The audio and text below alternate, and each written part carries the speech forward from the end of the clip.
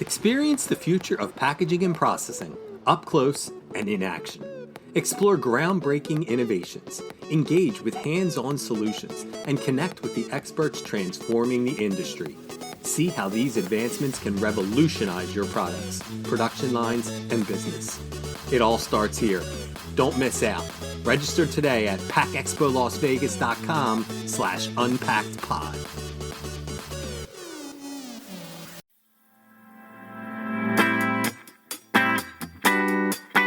You're listening to Unpacked with PMMI, where we share the latest packaging and processing industry insights, research, and innovations to help you advance your business. Hi, and welcome to Unpacked with PMMI. I'm your host, Sean Riley.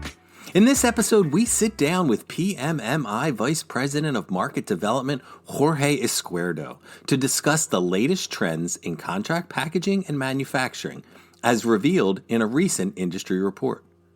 Jorge highlights the critical role of contract packagers in supporting CPGs, especially in areas like small-scale startups, private label brands, and seasonal or test products.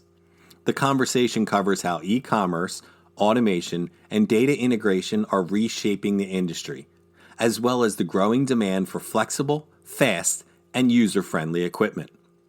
We also explore the impact of sustainability initiatives, including the shift to recyclable materials and reusable packaging. Jorge concludes with insights on the double-digit growth forecast for the sector and its increasing importance in driving innovation and efficiency. Let's have a listen. So with all the fancy introductions out of the way, welcome back to the podcast, my good friend Jorge Izquierdo. How are you, Jorge? Sean, I'm doing great. Thank you very much for having me. It's always a pleasure to have the opportunity to chat with you about the industry. The pleasure is all ours. Today, we are chatting contract packaging and manufacturing about the latest report that has come out about that. And I guess to set a baseline, how relevant is contract packaging and contract manufacturing for CPGs? And is it something that's sort of changed in the last few years? Contract packaging, contract manufacturing is big, really. It's very significant for, I would say, CPGs, also pharma, medical devices. Mm-hmm. But you're right, for sure, food and beverage are the most significant segments. The number is 63% of manufacturers contract out between 10 and 49% of their business to CPGs and contract manufacturers. Three main reasons for this. When you're talking about the small companies, small startups, maybe companies concentrating on a specific market, most of the times they concentrate on premium markets, right? On markets that are looking for high-end packaging with a lot of value added from packaging. So you're talking about maybe technologies like aseptic or high-pressure processing that certainly offer a lot of value for the product, for the food and beverage industry. Without the help from contract packaging, contract manufacturing, it would be almost impossible for a small company to get to these markets. So that's one of the big segments that we have, right? Small companies that are just starting, maybe not enough manufacturing needed to justify their own operations, right? Then we have all the private label. They are, in general, most of the times they don't manufacture their own products, but they rely on contract packaging, contract manufacturing for all of these. And as I'm sure you've seen in past years, private label used to be like the lowest kind of bottom of the ring, lower, right? That has changed significantly, right?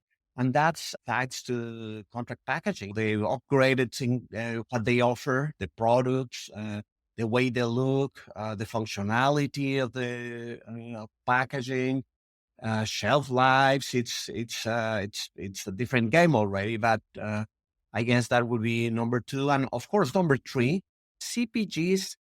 They excel at manufacturing some of their star products. The one product that they have the line running 24/7. But then sometimes, for example, seasonal products like Halloween, Thanksgiving, holidays, Super Bowl, they have special releases. That's number one. or new products that they think they have a winner, but they want to test it first, make sure that the market accepts it. And if it works well and if it grows as expected, maybe they will take it in. But those are, I guess, the three main areas where we see contract packagings bringing a lot of value into the industry. Would e-commerce have an effect on that? Oh, absolutely. Yeah. Fulfillment for sure is big. As I was mentioning earlier, CPGs excel at doing that one thing that they need to do like thousands of.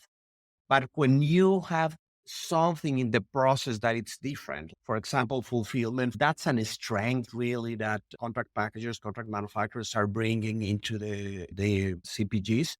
They can perform fulfillment much better. They are much more flexible. They can address many of those needs very well and fill this gap. Okay.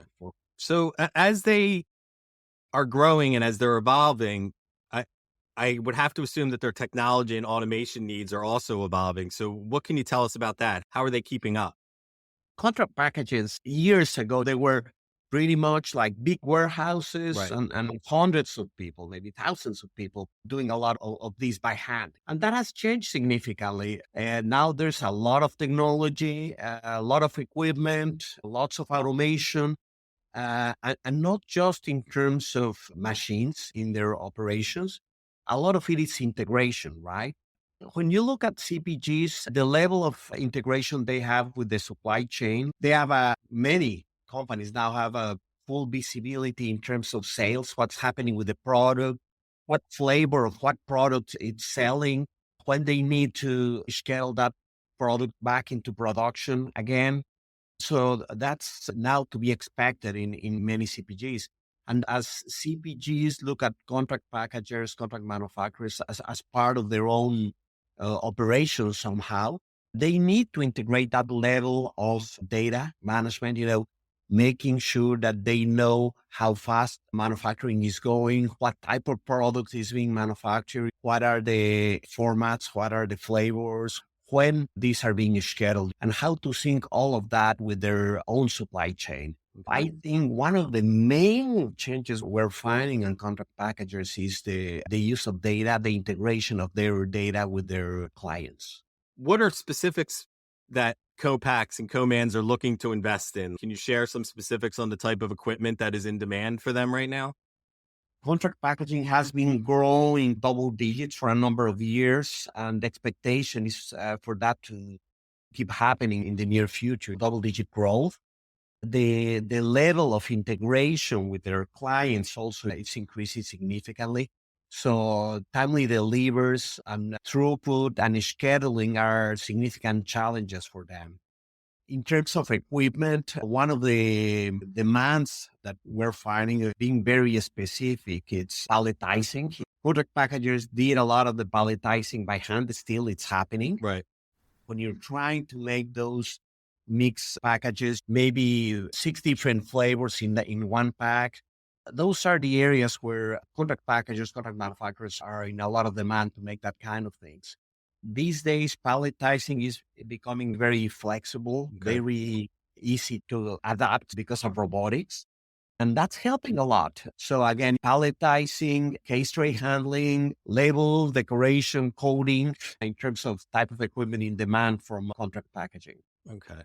So if I'm an OEM that offers that type of equipment, what can I do to stand out? I know we have a show coming up, PACK EXPO Southeast in March.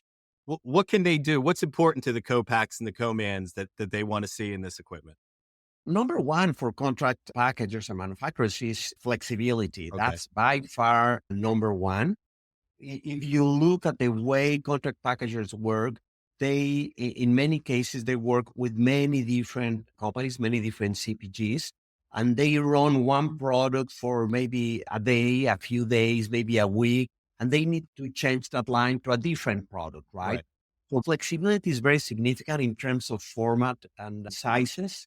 The next one, as you can imagine, is fast changeovers because the runs tend to be relatively short compared to CPGs. So they keep changing their products, their formats with their packing frequently.